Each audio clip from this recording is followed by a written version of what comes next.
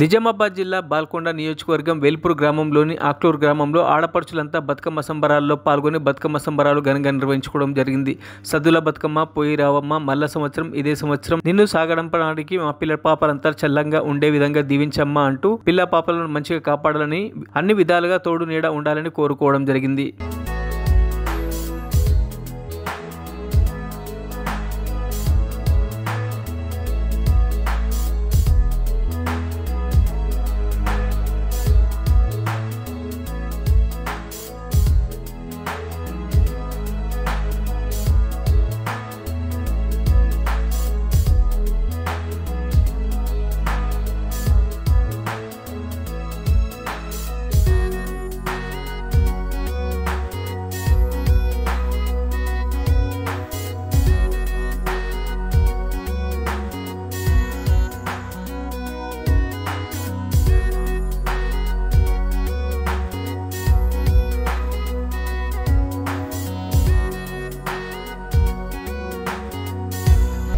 మరిన్ని అప్డేట్స్ కోసం మా ఛానల్ని సబ్స్క్రైబ్ చేయండి.